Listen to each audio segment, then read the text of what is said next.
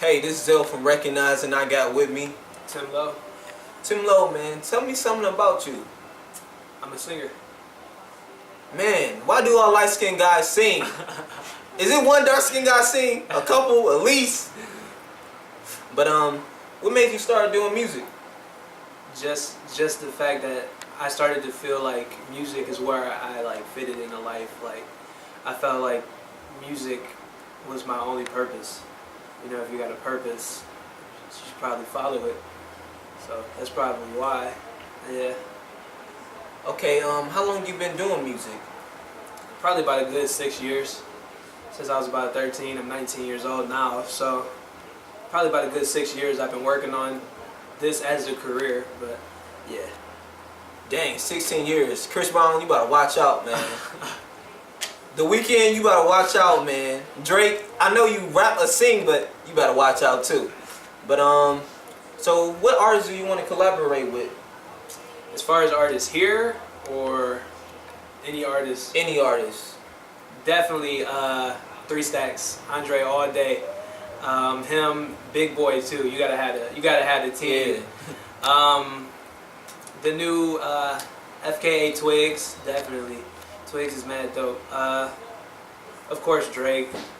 I've been listening to a lot of Big Sean. His first quarter freestyle was something nasty.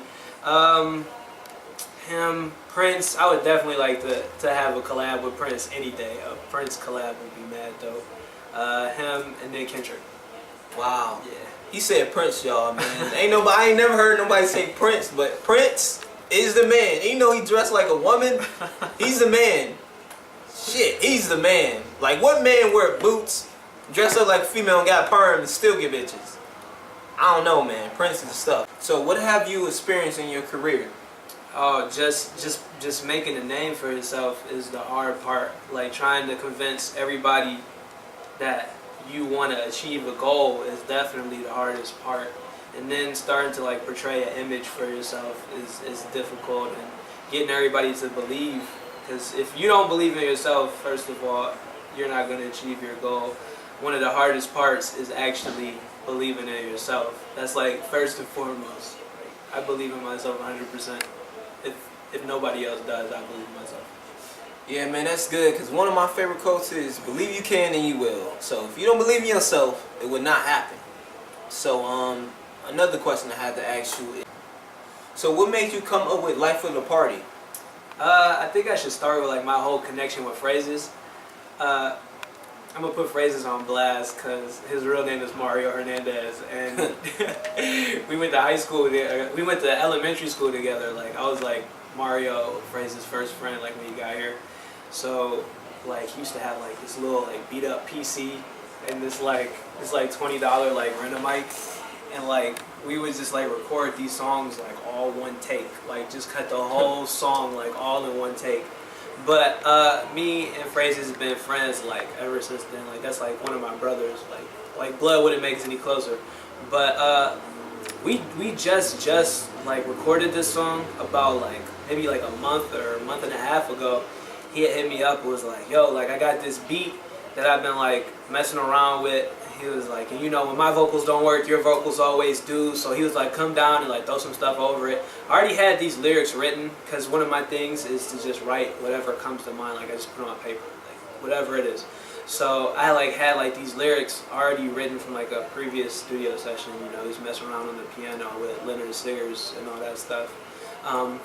So I had the lyrics down already, and he had both his verses and everything, and he had the bridge cut and everything. So he was like, just hop on it. I put like 6 bars down and do some harmonies on it, and that was that.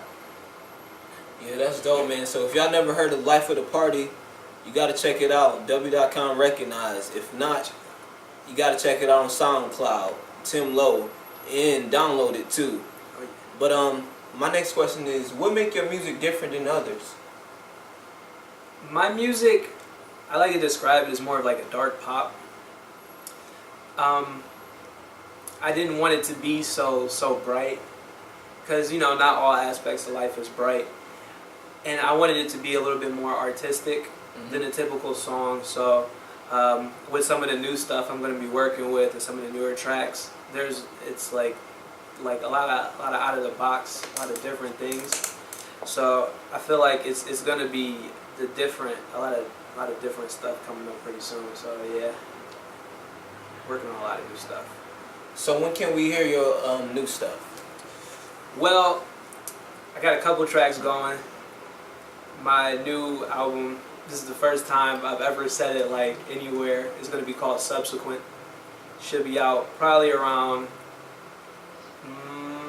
I'm shooting for January. I want to shoot for the top of the year. And then there's a Life of the Party music video that should be out in about a month and a half. So, still working on Subsequent.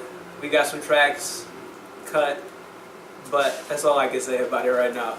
Yeah, man, I can't wait to see Life of the Party, man. Hopefully I see a lot of, you know what, I can't say it. Hey, what hurdles did you face in your career? Probably trying to face different adversities. I used to be like really, really heavy.